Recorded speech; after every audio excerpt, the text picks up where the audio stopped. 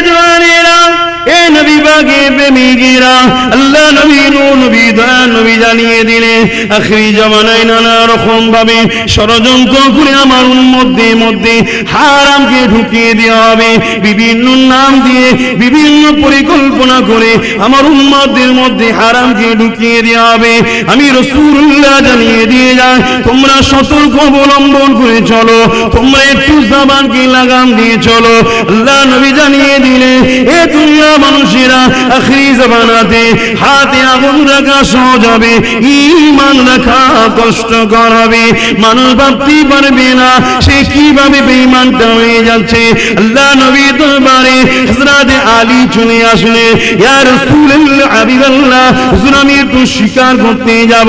আল্লাহ নবী বললেন, আলী রে, এই দিকে যাবে ওই দিকে যাবে, একদিকে যেতে নিষেধ করলো, দুই দিকে যেতে বললো, একদিকে যেতে নিষেধ করলো। হযরত আলী দুই দিকে ঘুরে ফেললো, কোন শিকারকে দেখতে পেল না। যখন ফিরে চলে আসতে লেগেছে যেদিকে নবী নিষেধ করেছে, হযরত আলীর কৌতূহল জাগলো, ওই দিকটা একবার গিয়ে দেখি। যখন ওই দিকে যেতে লাগলো, এমন সময় দেখতে পেল কি সুন্দর একটা পাখি, ওই পাখিটা কলিমা পড়তে লেগেছে। হযরত আলী দেখে বড় পছন্দ হয়ে গেল। পাখিটাকে ধরার জন্য হযরত আলী তার পিছু নিল। পাখিটা উড়ে উড়ে উড়ে উড়ে গিয়ে এক জায়গায় নোংরা রয়েছে, পায়খানা রয়েছে, বসে বসে খেতে লাগলো। হযরত আলীর মনটা খারাপ হয়ে গেল, কি সুন্দর পাখি, কলেমা পড়ছিল বলে ধরতে আসলাম, আবার দেখছি নোংরা খেতে লেগেছে। আবার হযরত আলী ফলো করে ওই নোংরা থেকে উঠে গিয়ে এক ডালে বসে আবার কলেমা পড়তে লেগেছে। আবার হযরত আলী দেখে আবার পাখিটা কিছুক্ষণ পরে ওই নোংরা পায়খানা খেতে লেগেছে।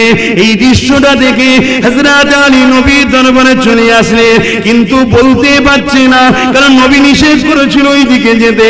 আলী চুপ করে বসে রয়েছে।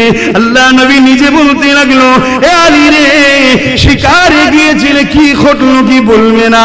হযরত আলী লজ্জা হয়ে জন নরম হয়ে কাঁদু কাঁদু হয়ে বলতে লাগলো, হুজুর এমন এমন ব্যাপার রয়েছে, একটা পাখি দেখলাম কত সুন্দর কলমা পড়তে লেগেছে, কিছুক্ষণ পরে নোংরা খেতে লেগেছে, হুজুরের রহস্যটা কি? আল্লাহ নবী বলেছে, আলী ওটা হলো আমার আখিরি জামানার উম্মত। হুজুর বুঝতে পারলাম না। আল্লাহ নবী জানালে আমার আখিরি জামানার উম্মতরা দুনিয়ার ফিতনা জালে জড়িয়ে গিয়ে সকালে ঈমানদার থাকবে, সন্ধ্যায় বেঈমান হয়ে যাবে, সন্ধ্যায় ঈমানদার থাকবে, সকালে বেঈমান হয়ে যাবে। হালাল খাও হালাল খাও, আজ দুনিয়া তোমাকে চক্রান্ত করছে, নানান রকম নাম দিয়ে বিভিন্ন ষড়যন্ত্র করে আমাদের মধ্যে হারামকে ঢুকিয়ে দিবা। আল্লাহর রাস্তে সবর করো। নবীর পরিবারদের দিকে দেখো, তাদের পরিবারে এমনও দিন গেছে খাতুনে জান্নাত 3 দিন না খেয়েছিল, তথাপিও কোনোদিন আল্লাহ পাককে অবজেকশন দেয়নি।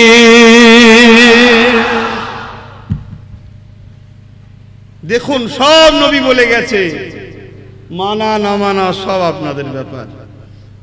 তাহলে এবার চলে আসেন আসল জায়গায়। 50, 60, 70 বছর মজা করতে গিয়ে আখেরাত জাহান্নাম কেউ চান? না বললে হবে না, তাহলে কাজে দেখাতে হবে। তো তাহলে আমরা ফলো করব কাকে? জোরে বলুন, নবীকে। কথাটা সবাই বলতে পারছেন না? কাকে ফলো করব? নবীকে। হ্যাঁ, আসেন আমার নবীকে ফলো করতে হবে। নবীকে ফলো করতে গেলে সব দিকে উত্তমভাবে ফলো করেছে কারা, তাদেরকে অনুসরণ করতে হবে। কেন আল্লাহ পাক কোরআন পাকের মধ্যে জানিয়ে দিলেন, কুল ইন কুনতুম তুহিব্বুনাল্লাহ ফাত্তাবিউনি ইউহিব্বুকুমুল্লাহ ওয়া ইয়াগফির লাকুম যুনুবাকুম ওয়াল্লাহু গফুরুর রহিম।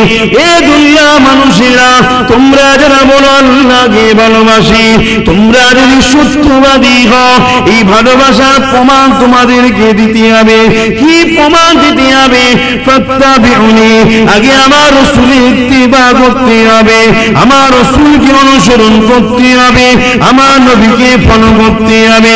তোমার জিন্দেগিতে, তোমার লাইফেতে, তোমার সংসার জীবনে, তোমার ব্যবসা জীবনে, তোমার অর্থ জীবনে, তোমার সামাজিক জীবনে, তোমার রাষ্ট্রীয় জীবনে, তোমার রাজনীতির জীবনে, সব কিছুতে তোমাকে এ থেকে যে পর্যন্ত আমার নবীর ইত্তিবা করতে হবে, নবীর অনুসরণ করতে হবে।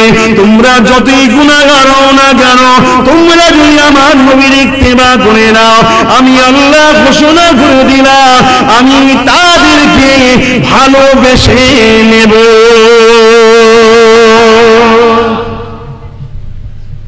বুঝতে পাচ্ছেন তো মাইকের আওয়াজে? খুব ঠান্ডা মাথায় বুঝলেন আমার আব্বারা। দুনিয়া বেশি দিন নয়, আল্লাহকে সাক্ষী রেখে বলে যাচ্ছি, বেশি দিন আর দুনিয়া নাই। শুধু এতটুকু মাথায় ঢুকে নাও, কদিনের দুনিয়া কোন রকম ভাবে কাটিয়ে দিয়ে চলে যায়, যেন ঈমানটা নিয়ে, রাসূলের আদব আর প্রেমটা নিয়ে যেতে পারি, হয়তো পরকালে নাজাত পেয়ে যাব। জোরে বলুন সুবহানাল্লাহ। মানলে মানুন, না মানলে না মানুন। কি এটুকু বলার স্বাধীনতা আছে তো নাকি? না, এটা বলারও স্বাধীনতা নেই। তা আপনাদের সামনে পেয়েছি যখন একটু বুঝাচ্ছি, যার লিভার হবে নেবেন, যার লিভার হবে না নেবেন না। যদি কারো গালিগালিজ করার ইচ্ছা, একটু গালিগালাজ করে নেবেন, আমিও চলে যাব, আপনিও চলে যাবেন, মিটে যাবে। আর যদি বলেন যে একটু ঝগড়া করার ইচ্ছা আছে, সেটাও করে নেবেন, কোনো অসুবিধা নেই। কেন ইমামে হোসাইনের থেকে আব্বাস সিদ্দিকী বড় নয়, ঠিক না বেঠিক? ইমামে হোসাইন যদি পরিবার সহ কারবালা শহীদ হতে হয়, আমি কোথাকারের লাট খাই? আল্লাহ দ্বীনের জন্য হতে হবে। শুনছেন তো নাকি? কারণ আল্লাহ জাত পাকের কসম করে বলে দিয়েছে, যাকে আমি দুনিয়া দেবো আখিরাত দেবো না, যাকে আমি আখিরাত দেবো দুনিয়া দেবো না। এ বিশ্বের মানুষেরা, জান্নাত আমার, জমিন আমার, আসমান আমার, সবই আমার। হাত দুটো আমি দিয়েছি, তোমার ইচ্ছা মতো ব্যবহার করলে হবে না। চোখ দুটো আমি দিয়েছি, আমার আমার, তোর নয়, তোমার ইচ্ছা মতো ব্যবহার করলে হবে না। কান দুটো আমি দিয়েছি, তোর নয়, আমার আমার, ইচ্ছা মতো ব্যবহার করলে হবে না। তুমি যদি মনে করো ধন দৌলত আমার, না না না, সব কিছু আল্লাহ তার ফান্ড থেকে দিয়েছে, তার ভান্ডার থেকে দিয়েছে, ইচ্ছা মতো খরচ করলে হবে না। আল্লাহ জিন্দেগি দিয়েছে, যদি মনে করো আমার, না না না, আল্লাহ তোমাকে ব্যবহার করতে দিয়েছে, ইচ্ছা মতো খরচ করলে হবে না। আল্লাহ সব হিসাবটা নেবে ময়দানে মাশর। ওই দিনটা কেমন দিন হবে একটু বলে দি, তারপরে নবীর আদর্শ দিকে যাচ্ছি। আল্লাহ নবী জানিয়ে দিলে, কানা মিকদার 50,000 সানাতি, 50,000 বছরের একটা দিন হবে। ওই দিনটা বিচারের দিন হবে। কেমন দিন হবে? লোহাকে গরম করে যেমন লাল হয়ে যায়, সূর্যের তাপে জমিনটা ওই রকম লাল হয়ে যাবে। এই জমিনে কে নেতার বেটা, কে রাজার বেটা, কে পীরের বেটা, কে আমিরের বেটা, কে কার বেটা, ওটা আল্লাহ দেখবে না। সবাইকে জমিনে দাঁড়াতে হবে একমাত্র মুস্তাফার গোলামদের জন্য। আর সাজিনের ছায়াতে জান্নাতি খানার ব্যবস্থা থাকবে। চলো লাভালাভি করো, রক্তের গরম, অর্থের গরম, পাওয়ারের গরম করো। যাও না মিশরে গিয়ে ফেরাউনকে জিজ্ঞেস করো না, হেরা তোর কি হাল বলতো একটু। সব ঠান্ডা হয়ে গেছে। কান থাকতে যারা কালা তারা বুঝবে না, আর কান যাদের খোলা আছে তারা বুঝে নেবে। আল্লাহ আমাদেরকে হেদায়েত করুক, বলুন আমিন। কারণ হেদায়েত সবার কপালে হয় না, আল্লাহ যাকে ভালোবাসে তাকেই হেদায়েত করেন, ঠিক না বেঠিক? তবে আল্লাহ বলেছে, বান্দা তুই আর কেউ যদি চেষ্টা করিস ভালো হব, ভালো করার দায়িত্ব আমার, কিন্তু চেষ্টা তোকে করতে হবে। চেষ্টা থাকা দরকার তো নাকি? না এখন দুদিন মজা করে নি, তারপরে যখন সময় হবে তওবা করব।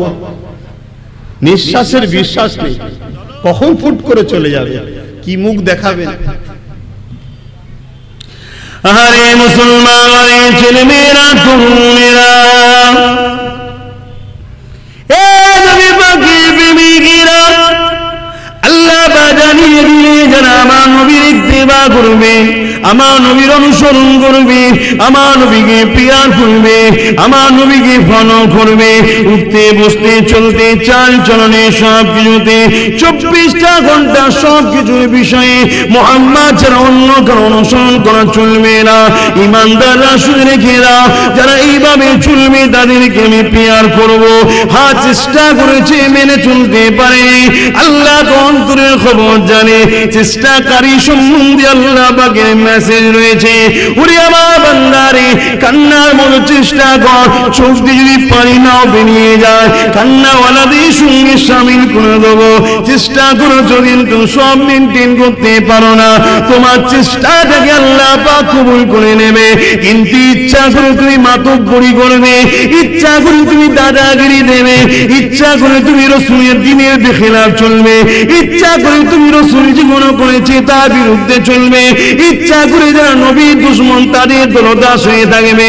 এই যুবকেরা মনে রেখে দিও, নিঃশ্বাস একদিন ফুরিয়ে যাবে, ওই দিন আল্লাহ পাক বুঝিয়ে দেবে। কেন এখন তো পরীক্ষার হলে রয়েছ, তুমি ভুল লেখো ঠিক লেখো কিছুই বলবে না। রেজাল্ট যদি আউট হয়ে যাবে, ওই দিন ফেল হয়ে গেলে হায়রে আফসোস, আর কিছু করার থাকবে না। আল্লাহ নবী আল্লাহ পাক জানিয়ে দিলে, যারা আমি যাদেরকে ভালোবাসবো তাদের জন্য কিছু মেসেজ রয়েছে। কি মেসেজ রয়েছে? ওয়াগফির লাকুম যুনুবাকুম আল্লাহু গফুরুর রহিম। তারা যদি অন্যায় করে থাকে, ভুল করে থাকে, আমি আল্লাহ তাদেরকে ভালোবেসে নিয়েছি, তারা আমাকে রহমান রহিম পাবে। তাদের জীবনের সমস্ত গুনাহ খাতাকে আমি আল্লাহ মাফ করে দেব।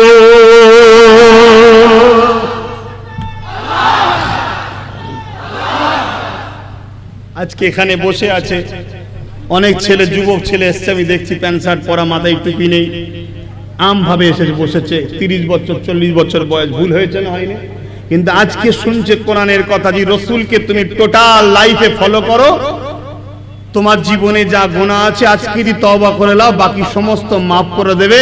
কাল থেকে পরিবর্তন করে দাও। রসুল ছাড়া কাউকে চিনি না, রসুল ছাড়া কাউকে বুঝি না, রসুল ছাড়া কারো কথা শুনতে রাজি নয়, আমি শুধু রসুলকে ফলো করব। জোরে বলুন সুবহানাল্লাহ। তাহলে তোমার পিছনের লাইফের গুনাহ আল্লাহ মাফ করে দেবে। বহুত সাহাবারা যখন সাহাবা হয়নি, সাহাবী হয়নি, রসুলের দরবারে এসেছে, তাদের জীবনে অনেক ভুল ছিল, তারা জানতো না সত্য কি জিনিস, তাদের কাছে মেসেজ যায়নি। নিজের বাচ্চা মেয়েকে জ্যান্ত পর্যন্ত পুঁতেও দিয়েছিল, এমনও লোক ছিল।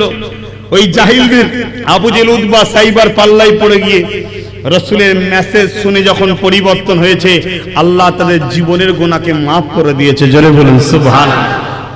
হয়তো আমাদের চলার পথে অনেক ভুল হয়েছে, দীর্ঘ 20 বছর 30 বছর 40 বছর 50 বছর হয়ে গেছে, আমরা বিভিন্ন শয়তানের দলে ছিলাম, শয়তানের অনুসরণ করে ফেলেছি, শয়তানদের তাবেদারি করে ফেলেছি। আজ কিন্তু পরিবর্তনের চেতনা এসেছে। মন যদি জাগে, কালকের অপেক্ষা করো না, সন্ধ্যারও অপেক্ষা করো না, তওবা এখানে বসে বসে পড়ো। কাউকে জানাবার দরকার নেই, শুধু মনে মনে বলে দিও যে আল্লাহ তুমি সাক্ষী থেকে যাও, আজকের এই পবিত্র মাহফিলে বসে তওবা করলাম, বাকি জীবনটা আমি মুহাম্মদ রাসূলের গোলামি ছাড়া অন্য কারো কথা শুনবো না। আমার নবী যা বলেছে প্রত্যেকটা চলার কদমে কদমে কদমে কদমে মুহাম্মদ রাসূলকে ফলো করব। আল্লাহর কসম বলে যাচ্ছি, তুমি যত বড়ই গুনাহ করে থাকো, আজকের এই মাহফিল থেকে আমার আল্লাহ তোমাকে বেগুনাহ করে ঘরে নিয়ে যাবে। জোরে বলুন সুবহানাল্লাহ। আল্লাহ বোঝার চেষ্টা করো বাপ ভাইরা। আল্লাহ কিন্তু কিয়ামতের দিনে প্রশ্ন করবে, বান্দারে কেন তুই শরাব পান করেছিলি? আর বান্দারে শরাব তো তুই পান করিসনি, কিন্তু শরাবের বিরুদ্ধে কেন ছিলি না? শরাবীদেরকে কেন সাপোর্ট করেছিলিস? শরাব দুনিয়ায় শান্তি আনে না ফিতনা আনে? একটু আওয়াজ দিয়ে বলবো, অসুবিধা হলে বলুন, দোয়া করে দিচ্ছি। তাহলে একটু আওয়াজ দেবেন, কেন বুবা পাড়ায় তো আমি আসিনি। আল্লাহ নবী যখন মক্কা জমিনেতে এমন করে দিনের প্রচার করতে লাগলেন, আল্লাহ নবী কি বলেছিলেন, বাবারা শরাব পান করো না বাবা, শরাবের মধ্যে ক্ষতি আছে বাবা, শরাবের মধ্যে পুরাই রয়েছে বাবা, শরাবের মধ্যে লস আছে বাবা। মক্কা তৎকালীন যারা জালিম ছিল বুঝি উতবা সাইবা, তারা দেখতে লাগলো এই শরাবই তো আমাদের রাজ্য টিকিয়ে রেখেছে, এই শরাবই তো আমাদের গদিকে মজবুত করেছে। কেন যখন মানুষ শরাব খেয়ে থাকে ভালো মন্দ সে বুঝতে পারেনি, তার দ্বারা সমাজ বিরোধী কাজ করানো যায়, আমাদের বিরোধীদের ঘরে শরাব দিয়ে মারধর করানো যায়, আমাদের বিরোধীদের ঘরে শরাবখোর দ্বারা দিয়ে জব্দ করা যায়। আর মুহাম্মদ এই শরাবটা বন্ধ করে দেয়, শরাব খাওয়া ছেড়ে দিলে তার বুদ্ধিটা এমন করে আস্তে আস্তে খুলবে, আমাদের দুর্নীতির বিরুদ্ধে বুঝতে পারবে, আমাদের অন্যায়ের বিরুদ্ধে বুঝতে পারবে, আমাদের জুলুমটা বুঝতে পারবে, আমাদের হাতে ক্ষমতাটা ফসকে যাবে। তাই তৎকালীন সময়ে আবু জিল উতবা সাইবা আমার রাসূলুল্লাহর বিরুদ্ধে লেগে গেল। ডাইরেক্ট নবীকে মারতে পারেনি, ডাইরেক্ট নবীকে ক্ষতি করতে পারেনি। যারা আমার নবীর দরবারে আসতো, নবীকে নবী বলে মানতো, নবীর পক্ষে দাঁড়াতো, নবীর দলে যোগ দিয়েছিল, তাদের উপরে জুলুম করতে লেগেছিল। কত জুলুম করতে লেগেছিল একটু চিন্তা করে দেখো তো দেখি। আজ নবীর গোলামের দিকে আসার জন্য তোমাদের উপরেও জুলুম হচ্ছে আমি জানি, কিন্তু তোমাদের উপরে জুলুমটা আর রাসূলুল্লাহর মাননেওয়ালাদের উপরে জুলুমটা একটু মিলিয়ে দেখো তো দেখি।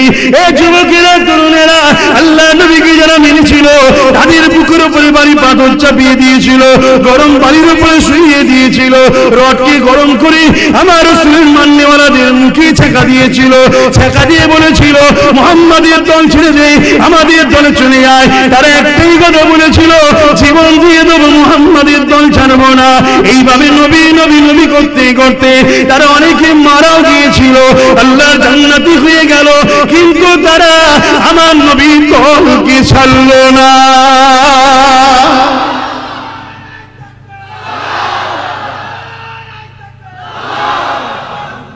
বেজার হচ্ছেন? ভুল শিখাচ্ছি? দেখুন, বুঝার চেষ্টা করুন। আল্লাহ আমাদেরকে সৎ বুদ্ধি দেন, বলুন আল্লাহুম্মা আমিন। বলবেন নবীর দিকে আছি, আর দুনিয়ার বুকে রাসূলের বন্ধ করা শরাবকে আবার প্রতিষ্ঠিত করব। আর যারা শরাবকে প্রতিষ্ঠিত করতে চায় তাদেরই হয়ে গুণগান গাইব, আর কিয়ামতের দিন আশা করব নবীর শাফাত লব। এর থেকে বড় মিথ্যায় কেউ বাঁচবে ভাই? তোমার বলে কিছু নেই, আব্বাসের বলে কিচ্ছু নেই, সব কিছুটাই আল্লাহর হুকুমে করতে হবে। এই কথায় একমত? এই কথায় একমত? তোমার আমার বলে কি আবার কি আছে বলো? কোন জিনিসটা তোমার বলো তো? কোনটা একটা বলো যেটা আমার? তুমি খোদ নিজে তোমার নয়, তোমার ভেতরে যে জানটা ওটাও তোমার নয়, তোমাকে মহান স্রষ্টা দিয়েছে। আব্বাস যে চিল্লাচ্ছে জবানটা আমার নয়, আমাকে মহান স্রষ্টা দিয়েছে, দান করেছে, আমি ব্যবহার করছি। এই যে হাত লড়াচ্ছি যে ক্ষমতাটা, এটা আমার নয়, এটাকে আমার রব্বুল আলামিন ব্যবহার করতে দিয়েছে। অনেক লোকের হাত থাকতেও তুলতে পারেনি, প্যারালাইসিস। কি ভুল বললাম? তো সব তো আল্লাহর দেওয়া। তো তুমি কার ইশারায় ঘুরছো?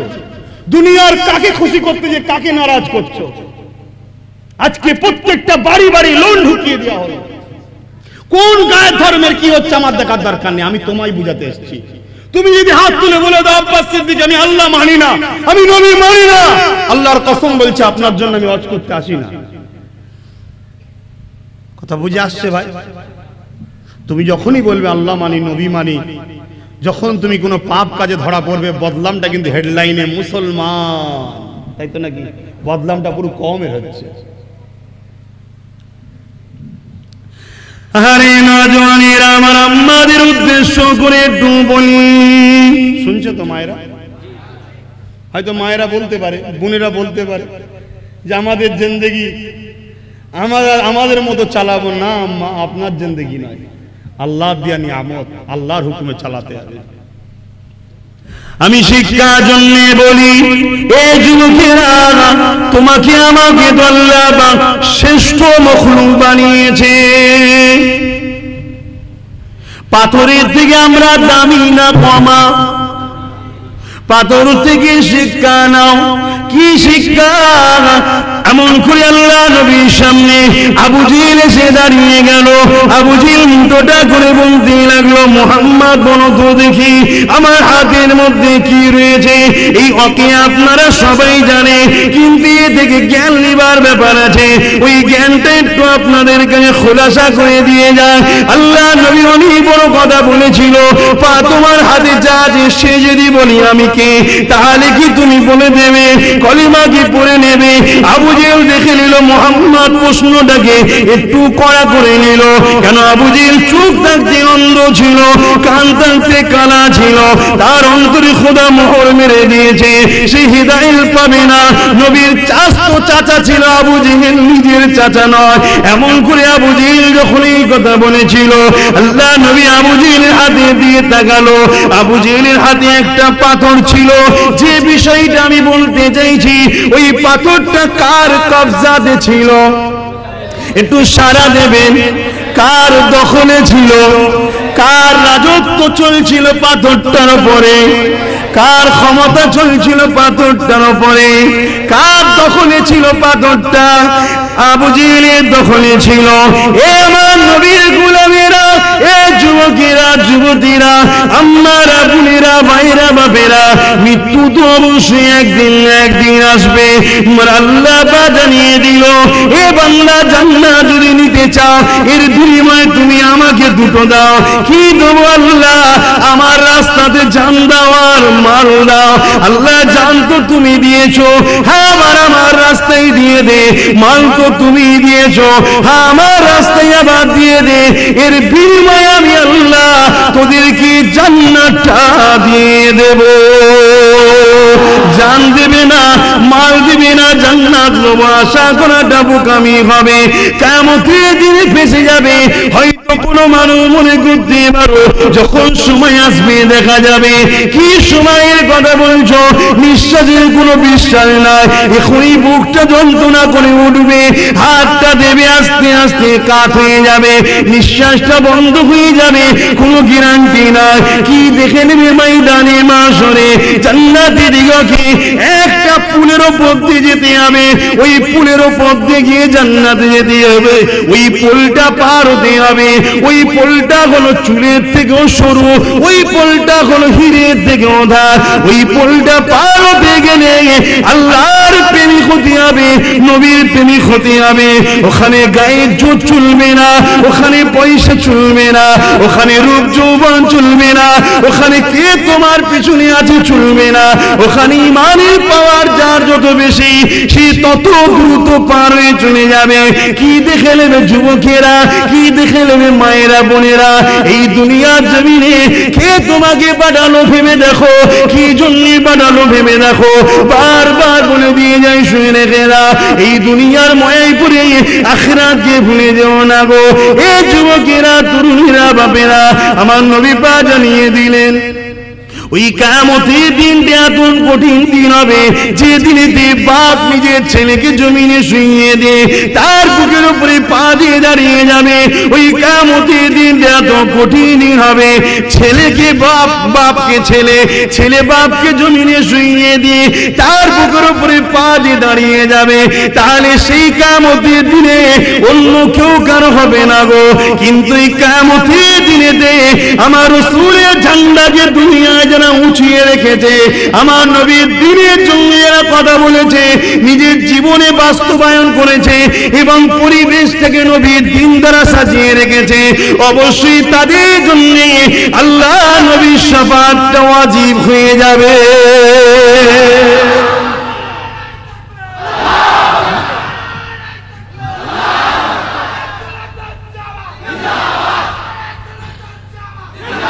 অসুবিধা হচ্ছে না তো আপনাদের?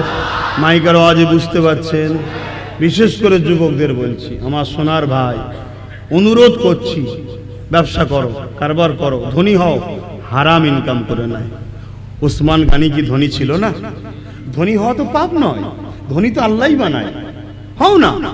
উসমান গানি কত বড় ধনী ছিল, পৃথিবীর নামকরা ধনী ছিল। খাতুনে আমার রাসূলুল্লাহর আহলিয়া আম্মাজান খাদিজাতুল কুবরা গরীব ছিল নাকি? পৃথিবী বিখ্যাত ধনী নারী ছিল। জোরে বলুন সুবহানাল্লাহ। হন না, কে মানা করছে? কিন্তু হারাম ইনকাম। আজ প্রত্যেকটা, মাফ করবেন, ভুল হলে বলবেন, 100-র মধ্যে বেশিরভাগ বাড়িতে, আমি অমুসলিমের কথা বলতে আসিনি, যারা দাবিদার মুসলমান তাদেরকে বলতে এসেছি, প্রত্যেকটা বাড়িতে হয় লটারি আর নাই সুদ, যে কোনো ভাবে হারাম ঢুকানো হচ্ছে না হয়নি। এটাই তো ইসলামের দুশমনদের ষড়যন্ত্র। যেমন করে হোক মুহাম্মাদের উম্মত গুলোকে সুদের মধ্যে, হারামের মধ্যে নাবিয়ে দাও, না হয় ওদের সঙ্গে লড়াই করে আমরা পারিনি আর কোনোদিন পারবো না। কেন? ওদের ইমানের পাওয়ারটা এত পাওয়ার। ইনকাম করুন, হালাল ইনকাম করুন। কিয়ামতের দিন আল্লাহ যদি বলে, বান্দারে তুমি আমার নবীর দাসত্ব করো না কেন? তোমাকে তো আমি কোরআনে জানিয়ে দিয়েছিলাম, লাকাদ কানা লাকুম ফি রাসূলিল্লাহি উসওয়াতুন হাসানা। এ দুনিয়ার মানুষেরা, আমি তোমাদের জন্য আমার নবীকে মডেল বানিয়ে দিয়েছি। তোমরা আমার নবীকে ফলো করবে, নামাজ পড়বে নবীকে দেখো, রোজা রাখবে নবীকে দেখো, হজ করবে নবীকে দেখো, যাকাত দেবে নবীকে দেখো। তুমি আমি কিছু মানুষ বলবো, এ আল্লাহ, নামাজ তো নবীকে দেখেই পড়েছি, অর্থাৎ নবী যেভাবে পড়তে বলেছি পড়েছি, রোজা যেভাবে রাখতে বলেছি রেখেছি, হজ যেভাবে করতে বলেছি করেছি। কিন্তু আমার আল্লাহ বলবে, বান্দারে ব্যবসাটা কাকে দেখে করেছি রে? কেন? আল্লাহ, ব্যবসা তো দুনিয়ার ব্যাপার না রে বান্দা, দুনিয়ার মধ্যেই তো আখিরাতকে পাওয়া যাবে। তাই তো আমি শিখিয়েছিলাম, রব্বানা আতিনা ফিদ দুনিয়া হাসানাতাও ওয়া ফিল আখিরাতি হাসানা, দুনিয়ার ভালাই আখিরাতের ভালাই। তাহলে ব্যবসাটা কাকে দেখে করেছিলি? না অমুককে দেখে করেছিলাম। আমার আল্লাহ বলবে, বান্দারে তাকে তো অনুসরণ করতে আমি হুকুম করিনি, তোকে আমি বানিয়েছি, আমার সৃষ্টি তুই। মায়ের পেটে আমি তোকে বাঁচিয়ে রেখেছিলাম, কোটি কোটি কোটি কোটি এমন করে কোষ আসতেছিল। কি বুঝতে পারছেন তো? কোটি কোটি আসে বাপের শরীর থেকে, আশা করছি বুঝতে পারছেন। কোটি কোটি আসে, মিলনের মাধ্যম দিয়ে মায়ের রেহেমে যায়, মায়ের শরীরে যায়। কোটি কোটি কোষ থাকে, তার মধ্যে থেকে একটাকে আল্লাহ বাঁচিয়েছে, যার নাম আব্বাস সিদ্দিকী। সব মরে গেছে। তার মধ্যে আপনি একটা, আপনি একটা, আপনি একটা, সব মারা যায়। কোটি কোটি আসে। এটা একটা কোষ, এটা রূহ, ছোট্ট একটা পোকা ধরনের, সেইটা বাপের শরীরের মাধ্যম দিয়ে মায়ের রেহেমে গেছে। অনেকে ঢুকার চেষ্টা করেছে মায়ের রেহেমে, সবটাকে আল্লাহ মেরে দিয়েছে। এই একটাকে বাঁচিয়েছিল, সেটা আমি। তোমাদের কথাও বলছি, তোমারও আব্বার শরীর থেকে বহুত এসেছিল, সব মরে গেছে, একটা বাঁচেছিল, সেটা তুমি। তাহলে আমার আল্লাহ কত ভালোবেসে তোমায় সৃষ্টি করলো। আর বান্দা ব্যবসাটা করেছিস কাকে দেখে? কাকে দেখে করতে হবে? করি আমরা। আব্বাস সিদ্দিকী যখনই বলবে, বলে সব ঠিক হচ্ছে না, তুমি বাবা অন্য কথা বলো। আল্লাহ তো কিয়ামতের দিন আমাকেও করবে, বান্দারে আমার নবীর দাসত্ব কেন করলি না? তোর জীবনটা তো আমার নবীর রাস্তাতে চলবে।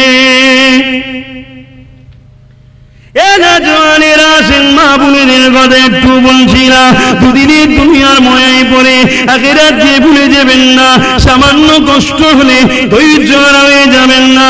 মুমিনের সব থেকে বড় গুণ হলো মুসিবতে ধৈর্যের সাথে সবর করা। এই দুনিয়া জমিনেতে একটা নারীর কথা বলে যায়, যার নাম হলো হযরতে সুমাইয়া। আমার আম্মারা বোনেরা, একটু বোঝার চেষ্টা করেন, কোথায় যাচ্ছেন, কাদের ইশারায় পড়লে, কাদের অনুসরণ করে চলছে। আপনার চালচলন তো খাতুনে জান্নাতের মতো হবে, আপনার চালচলন তো কম্মায়েশের মতো হবে, আপনার খাল চলন্ত নবীর খুশি অনুযায়ী হবে। কারণ এই দুনিয়ার জমিনে একটা দিন ছিল যেদিন মেয়েরা জন্ম নিলে তৎকালীন সন্ত্রাসীরা জেন্ত পুঁতিয়ে দিত। আল্লাহ নবী লড়াই করে এ মা বোনেরা, তোমাদের জন্য বলতে গিয়ে আল্লাহ নবী মার খেয়েছে, তোমাদের জন্য বলতে গিয়ে আল্লাহ নবীর জীবনী খুলে দেখো, নবী কলেমার পরে কি দাওয়াত দিয়েছিল। নবী কলেমা প্রচারের পরে দুটো কথা বলেছিল, একটা শিশুদের অধিকার আর একটা হলো নারীদের অধিকার। এই দুটো কথা বলার জন্য আল্লাহ নবীকে আবু জেহেল উতবা সাইবা ঘর ছাড়া করে দিয়েছিল। নবী আমার পাহাড়ে গিয়ে বন্দী ছিলেন, এক মাস গাছের ফল পাতা মূল খেয়ে জীবন যাপন করেছে। এ নবীর গোলামেরা, সেই নবীর খেয়ে কথা বলতে গিয়ে, নাই কথা বলতে গিয়ে, নারীদের অধিকারের জন্য কথা বলতে গিয়ে আজ তোমাকে যদি ঘর ছাড়া হতে হয়, মনে দুঃখ নিও না গো। তোমার নবীর ঘর ছাড়া হয়েছিল, এক মাস পাহাড়ে বন্দী ছিল। তুমি আমি কোথাকারের কে? আল্লাহ যাকে এত ভালোবাসে, নবী যাতে রাজি, আমার আল্লাহ যাতে রাজি। নবী এটাই শিখিয়ে দিয়ে গেল, এ বিশ্বের মানুষেরা কিয়ামত পর্যন্ত আমার প্রেমী কেমনও থাকবে, তারা আমার সুন্নতের উপরে চলবে, আমার হয়ে কথা বলবে। আমার হয়ে কথা বলার জন্য সমাজ তাকে বয়কট করবে, সমাজ তাকে মিথ্যা কেস দেবে, সমাজ তাকে মারবে, সমাজ থেকে খরচানা করে দেবে। সে খরচানা হয়ে যাবার পরে আমি মুহাম্মাদের কথা মনে পড়বে, আরে আমার নবীও তো খরচানা ছিল, তার কষ্টটা একটু হালকা হয়ে যাবে। তাই আমার নবী এইভাবে আমাদেরকে শিক্ষা দিলে। মন খারাপ হচ্ছে? ধৈর্য ধরতে পারবেন তো হকের পক্ষে থাকতে গিয়ে? দেখুন, সবটা নিজ নিজ ব্যাপার। হাতে একটা সোনার ঢিলা, তুমি মনে করছো সবটাই সোনা। আল্লাহ বলছেন না, সব সোনা নেই, ওতে কিছু খাদ আছে। তা খাদটা কি করতে হবে? আলাদা করতে হবে। তা আলাদা করতে গেলে কি করতে হয় একটু বলবেন না? তা গালাতে গেলে কি করতে হবে? আগুন, মানে তাপ, কষ্ট, গরম, চাপে পড়ে গলবে, খাদটা বেরিয়ে অরিজিনাল হয়ে যাবে। তা আমরা তো সবাই বলছি আল্লাহ তোমায় ভালোবাসি, আল্লাহ একটু গলাবে না? খাদ কে আছে বার করদার অরিজিনালটা নিয়ে এলে করবে না? করবে না? ওই জন্য মুসা সাল্লামও যখন ফেরাউনের সঙ্গে লড়াই করতে গেছে প্রথমবার হেরে গেছে। কথা বুঝে আসছে? এর পিছনেও রহস্য আছে না নাই? হ্যাঁ, আল্লাহ পাক একদিন সেই মুসা নবীকেও জিতালেন। জোরে বলুন সুবহানাল্লাহ। সময়ের অপেক্ষা, অবশ্যই একদিন না একদিন কামিয়াবি হবে হবে হবে। জোরে বলুন সুবহানাল্লাহ। আল্লাহ যেটা করেন ভালোর জন্য করেন। আহা, আম্মা জান সুমাইয়া পৃথিবীর ইতিহাসে সর্বপ্রথম আমার রাসূলুল্লাহর জন্য যে জান দিয়েছে সে কিন্তু পুরুষ নয়, সে নারী। বলুন আল্লাহু আকবার। মায়েদের মর্যাদা, নারীদের মর্যাদা কত বুঝতে পেরেছে? নবীর প্রেমে প্রথম কোন পুরুষ জান দেয়নি, জান দিয়েছে কে? একজন নারী। কিন্তু আজকে নারী, আমার আম্মা, আমার বোনেরা, সামান্য একটু কষ্ট করুন, একটু কষ্ট করুন। সংসারে অভাব, 41 দিন তাহাজ্জুদের নামাজ পড়ে সেজদাটা একটু লম্বা করবেন, হাতটা একটু বেশিক্ষণ তুলবেন, আল্লাহ আমার অভাবকে দূর করে দাও। আল্লাহর কসম, বিশ্বাস রাখতে পারেন এই বাচ্চার উপরে, আল্লাহ আপনার রুজির দরজা খুলে দেবে, গায়েবী সাহায্য আসবে। জোরে বলুন সুবহানাল্লাহ। কি কথা বলতে গিয়ে দিক চলে গেলাম? তাহলে খেয়াল আছে। আম্মা জান সুমাইয়া হুজুর কি জুলুম হয়েছিল তিনার উপরে, শুনলে অবাক হয়ে যাবেন। আমার আম্মা বোনেরা, দুনিয়া জমিনে এরকম জুলুম তো কারোর উপরে হয়নি। আম্মা সুমাইয়া আমার নবীকে ভালোবেসেছিল, আমার নবীর কাজকে সাপোর্ট করেছিল, আমার নবীর দলে যোগ দিয়েছিল। আবু জেহেল উতবার কানে খবর চলে গেল সুমাইয়া আমাদের দল ছেড়ে দিয়েছে। ওই সময় সুমাইয়াকে ডেকে বলেছিল, এ সুমাইয়া, আমাদের দলটা কেন তুমি ছেড়ে দিলে?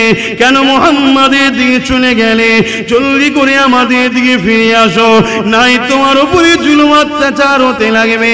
আম্মা সুমাইয়া বলেছিল, আবু জেহেল রেগে যতই জুলুম অত্যাচার করো না কেন, আমি ছিলাম অন্ধকারের মধ্যে, মুহাম্মদ রাসূল আমার চোখ খুলে দিয়েছে, আমি আর তোমাদের দিকে থাকবো না। কেননা যিনি স্রষ্টা তার বিরুদ্ধে তুমি, কেননা যিনি স্রষ্টা তার কাজের বিরুদ্ধে তুমি। তুমি যে কাজগুলো করো এইগুলো শয়তানের দাসত্ব করা হয়, শয়তানের দলের কাজ করা হয়। আমরা তো স্রষ্টার পক্ষে থাকবো, তাই মুহাম্মদ রাসূলকে স্রষ্টা পাঠিয়েছে, তিনি আমাদেরকে জানিয়েছে, তাই মুহাম্মদ রাসূলের দিকে চলে গেছি। এই কথাটা শুনে আবু জেহেল রেগে গিয়ে আম্মা সুমাইয়াকে কি জুলুম করেছিল, ঘোড়ার পায়ে দড়ি বেঁধে দিয়ে আম্মার পায়ে দড়ি বেঁধে দিয়েছিল। এ যুবকেরা শুনে রেখে দা, আম্মা বোনেরা মাইকের আওয়াজে শুনে রেখে দা, জান্নাত আর সহজে পাওয়া যাবে না গো। দুনিয়ার জেলে তোমাকে কতদিন মারবে, একদিন না একদিন মৃত্যু হয়ে যাবে, জাহান্নামে কিন্তু মৃত্যু হবে না। দুনিয়ায় তোমাকে কতদিন ভুকা রাখবে, রিজিকের মালিক তো আল্লাহ। অবশ্যই যদি পানির গভীরের নিচে ছোট্ট একটা মাছের পিপিলিকার খোরাক যদি আল্লাহ পাক পৌঁছে দিতে পারে, তোমার দরজা কেউ যদি বন্ধ করে দেয়, সবর করো, হয়তো আল্লাহ তোমায় ভালোবাসে বলে পরীক্ষা নিচ্ছে, অবশ্যই আমার আল্লাহ তোমার দরজাকে খুলে দেবে। পারে না, পারে না, হয়তো পরীক্ষা নিচ্ছে। পরীক্ষা নিয়েছিল হযরত আইয়ুব আলাইহিস সালামকে, জানেন না? 18 বছর থেকে 14 বছর ইখতিলাফ আছে, গায়ে ঘা হয়েছিল, পোকা হয়েছিল, এত গন্ধ, স্ত্রী বাচ্চা পাড়া প্রতিবেশী সব ছেড়ে দিয়ে পালিয়েছিল, একটা স্ত্রী ছাড়া। 18 বছর গায়ে পোকা, জ্যান্ত মানুষের গায়ে পোকা খেলে কি কষ্ট বুঝতে পারছেন? হ্যাঁ, তথাপিও তিনি একবারও বলেনি আল্লাহ তোমার উপর আমি নারাজ, চুপ করে পড়ে আছে। যেদিন জিভে ঘা পোকাটা লাগতে গেছে তখন তিনি আওয়াজ দিয়েছে, আল্লাহ এই জিভে যদি তুমি পোকা দাও আমি তাহলে তোমায় ডাকতে পারবো না, এটাই আমার কষ্ট। তুমি রহমান রহিম, তোমাকে আমি ডাকতে ভালোবাসি। জোরে বলুন সুবহানাল্লাহ। আল্লাহ খুশি হয়ে গেলেন, তোমার পরীক্ষা হয়ে গেছে, যাও, সব ভালো হয়ে গেল, স্ত্রী বাচ্চা সব ফিরে পেল। তা আল্লাহ পরীক্ষা নেবে না, নেবে না? তা আমায় নেবে না? তোমাদের নেবে না? আমার নবীকে যদি আল্লাহ পরীক্ষা নিয়ে থাকে, তোমাদের নেবে না? কত পরীক্ষা নিয়েছিল জানো না? মক্কা ছেড়ে নবীকে মদিনায় চলে যেতে হয়েছিল, জানো না? জানো না? তাহলে তুমি নিজেকে আয়নার সামনে দাঁড় করাও। পৃথিবীতে মানুষ সবাইকে ধোঁকা দিতে পারে, নিজের অন্তরকে কখনো ধোঁকা দিতে পারে না, ঠিক না বেঠিক? আয়নার সামনে দাঁড় করিয়ে তুমি নিজেকে প্রশ্ন করো, তুমি শয়তানের দিকে না রহমানের দিকে, তোমার আয়নার ছবি তোমায় উত্তর দেবে। আম্মা সুমাইয়া কথাটা বলেনি, আবু জেহেল এইভাবে ঘোড়ার সঙ্গে দড়িটা বেঁধে দিয়ে অর্ধ উলঙ্গ করে আম্মা সুমাইয়াকে মরুভূমির গরম বাড়ির উপর দিয়ে টেনে টেনে টেনে টেনে নিয়ে যায়। একবার ভাবো, যে গরম বাড়ির উপরে মানুষ খালি বাট দিয়ে পারে না, তাই উঠে পিঠে চাপ দিয়ে আল্লাহ উঠকে এমন ভাবে তৈরি করেছে মরুভূমির গরম বাড়ির উপরে সে চলতে পারে। এইরকম গরম পানি দিয়ে পা দিয়ে দেখা যায় না। আম্মাকে গরম পানিতে শুইয়ে দিয়ে বুকের উপরে বাড়ি পাথর চাপিয়ে দিয়ে ওই গরম বাড়ির উপর দিয়ে টেনে টেনে টেনে টেনে নিয়ে যায়। এই পিঠে চামড়া গুলো গুটিয়ে গুটিয়ে গুটিয়ে গুটিয়ে গুটিয়ে গুটিয়ে আম্মার কাঁধের কাছে জড়ো হয়ে গেছে। এ ছেলেরা, যুবকেরা, তরুণেরা, দুনিয়াকে আল্লাহ দেখিয়ে দিল এ সুমাইয়া রে, কিয়ামত পর্যন্ত তোর চর্চা চলবে। আমার প্রেমিক কাকে বলে দুনিয়া দেখে নেবে, তার উপরে দুনিয়া দাব দিয়ে ঠান্ডা হয়ে যাবে, দুনিয়া হেরে যাবে। আমার প্রেমিকের দিল থেকে আমাকে বার করতে পারবে না। সুমাইয়া তুই ধৈর্য ধরেলে, তুই ইন্তজার করেলে, দুনিয়াকে দেখিয়ে দে আল্লাহর প্রেমিকরা কেমন হয় বুঝিয়ে দে, দুনিয়ার লোভ লালসা ছেড়ে দেয়। আবু জেহেল বলতে লেগেছে, সুমাইয়া রে, এই রকম কষ্ট তুই সহ্য করে তুই মুহাম্মাদের দলটা ছেড়ে দে, আমাদের দলে চলে আয়, তোকে অনেক ধন দৌলত দেবো, ঘর বাড়ি করে দেবো, বাড়াখানা দেবো। আজ আমাদেরকে বলা হবে রহমানের দল ছেড়ে দে, শয়তানের দলে আয়, গান বাজনায় আয়, যাত্রায় আয়, সুদ ঘুষে আয়, জেনা ব্যভিচারিতে আয়, খুন খারাপিতে আয়, লুট দাঙ্গায় আয়, মারপিটে চলে আয়, মাস্তানিতে চলে আয়, দখলে চলে আয়, এইদিকে চলে আয়, এইদিকে চলে আয়, গাড়ি দেবো, বাড়ি দেবো, টাকা দেবো, ধন দৌলত দেবো। মনে রেখে দেবেন আল্লাহর পরীক্ষা এটা রয়েছে, কদিনে আপনি গাড়ি বাড়ি নেবেন, মরণ একদিন আপনার হবে, ওই দিন কিন্তু আল্লাহ বুঝে নেবে। এ যুবকের আম্মা সুমাইয়া এই রকম কষ্ট করার পরও বুকের উপরে ভারী পাথর চাপিয়ে দিয়েছে, দম নিতে পারে না। সুমাইয়া তথাপি আসমানের দিকে তাকিয়ে বলে, ও আমার আল্লাহ, আপনার দাসীর উপরে কত অত্যাচার হয়, আপনি তো সবই দেখছেন। আল্লাহ, দাসীকে কবুল করে নেন, দাসীকে জায়গা দেন জান্নাতে, দাসীর উপরে রাজি হয়ে যায়, দাসীর উপরে খুশি হয়ে যায়। এমন করে আবু জেহেল দেখলো এই সুমাইয়া তো পরিবর্তন হচ্ছে না। আম্মা সুমাইয়ার গোপন অঙ্গেতে বল্লমের আঘাত করে দিয়ে আম্মাকে শহীদ করে দিয়েছিল। আম্মা নিজের জান দিয়া পছন্দ করেছে আমার নবীর দলকে ছাড়েনি।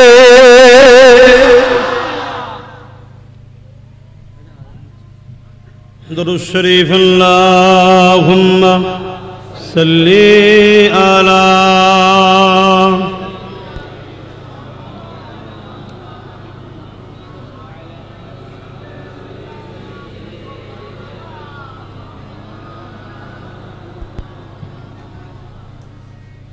দেখি নাই তোমারে কোনদিন, তবু আছো হৃদয়ে অমলিন। দেখি নাই তোমারে কোনদিন,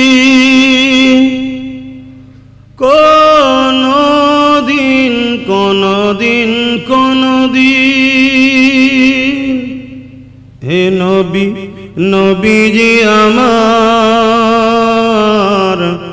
তুমি আছো হৃদয়ের গভীরে,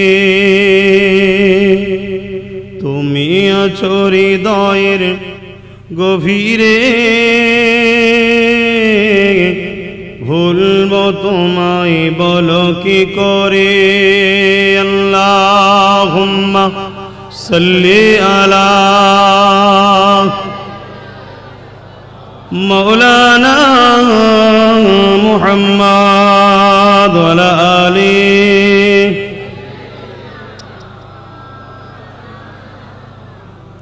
কিয়ামতের দিনে তিন দলে মানুষ বিভক্ত হবে। কুনতুম আজওয়াজান সালাসা, তিন দলে বিভক্ত হবে। একটা আরশের ডান পাশে দাঁড়াবে, একটা আরশের বাম পাশে দাঁড়াবে, আর একটা আরশের আগে আগে যাবে। যারা ডান পাশে দাঁড়াবে তারাও জান্নাতি, আর যারা আগে আগে যাবে তারা হচ্ছে বেহিসাব জান্নাতি। জোরে বলুন সুবহানাল্লাহ। কিন্তু আরশের বাম পাশে যারা দাঁড়াবে তারা জাহান্নামী। এই আরশের ডান দিকে থাকার কমসে কম শখটা করুন। যে দুনিয়ায় চলতে গিয়ে হালকা বয়সে একটুখানি বন্ধুদের সঙ্গে পড়ে ফুর্তি করে ফেলেছে, কিন্তু রাসূলের দ্বীনের বেখিলাফ কাজ করার কোনো সহযোগিতা কাউকে করেনি। এটুকু তো থাকা দরকার নাকি? তারা নিজেদের জান পর্যন্ত দিয়ে দিয়েছে ইসলামকে বাঁচাতে গিয়ে, নাইকে প্রতিষ্ঠিত করতে গিয়ে। আর আমরা যদি মনে করি সহজে জান্নাত পেয়ে যাব, অত সহজ নয়।